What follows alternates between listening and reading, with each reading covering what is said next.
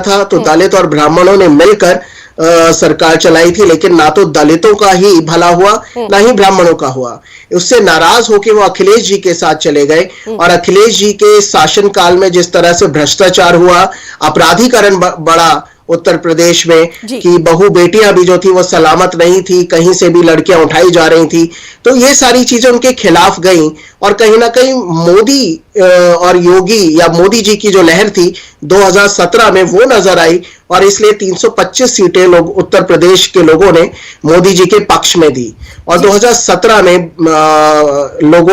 लोगों को योगी जी का काम पसंद आया, उनका स्टाइल पसंद आया। तो मुझे लगता है इसलिए 40 साल बाद ये करिश्मा हुआ है कि उत्तर प्रदेश में किसी भी पार्टी की सरकार दोबारा से आई है। जी बिल्कुल, बहुत इंपॉर्टेंट पॉइंट है ये। और प्रभात राय जी, आपसे भी हम जानना चाहेंगे, जिस तरह से लगातार हम देखते रहे हैं कि उत्तर प्रदेश के लोगों का एक खास मिजाज रहा है, एक खास मूड रहा है, लेकिन इस बार उन्होंने दोबारा उसी पार्टी को मौका दिया है जो कि 5 साल रही है। यहां पर आप किस तरह से लोगों के मूड को समझना चाहेंगे? क्या कुछ लोग अभी चाहते हैं, क्या इस पार्टी को दोबारा मौका देकर वो कामों को, जो तरक्की के काम के जो बात कही जा रही थी, उन्हीं को आगे बढ़ाना चाहते हैं? देखिए, ऐसा है कि ये तो काम वाम की बात उतनी ज्यादा नहीं है। आपने बहुत बढ़िया इन्होंने पॉइंट आउट किया। देखिए, विपक्ष का बिखराव, जो एंटी बीजेपी वोट थी, हम लोग शुरू से ही कह रहे थे कि बीजेपी 30% पर शासन में आ गई, केंद्रीय हुकूमत उसने संभाली। अभी पिछली बार उनको 40% से ज्यादा मत मिले और उत्तर प्रदेश में जिस तरह से विपक्ष नाकाम रहा एकजुट होने में, बिल्कुल, और वोटों का जिस तरह बिखराव हुआ, उसने बिल्कुल रास्ता हमवार कर दिया। आपने बिल्कुल दुरुस्त फरमाया था कि भीड़ से आप अंदाजा नहीं लगा सकते कि वोट जो है वो कन्वर्ट हो जाएंगे, भीड़ जो है वोट बन जाएगी। जी सर, ये नहीं होता कभी। जी, भीड़ तो जिस तरह लाई जाती है, सब जानते हैं।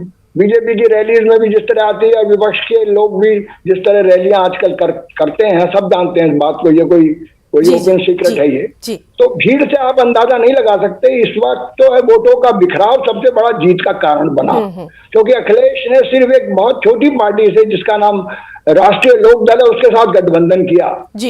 कांग्रेस एक बड़ी पार्टी है, लेकिन क्योंकि प्रियंका अकेली लड़ती रही, ठीक है कि उनको नाकामी मिली, लेकिन इस बार वो कांग्रेस को किसी हद तक लोगों तक पहुंचाने में कामयाब सिद्ध हुई। इसके लिए उनको मुबारकबाद पेश की जानी चाहिए। भले वो हारी, उनको एक बहुत ही कम सीटें मिली हैं, शायद 2 या 3 मिली हैं, लेकिन मायावती का जिस तरह सफाया हुआ, ये बड़ा आश्चर्यजनक तथ्य है। बिल्कुल, एक सॉलिड बैंक मायावती का सदा रहा है।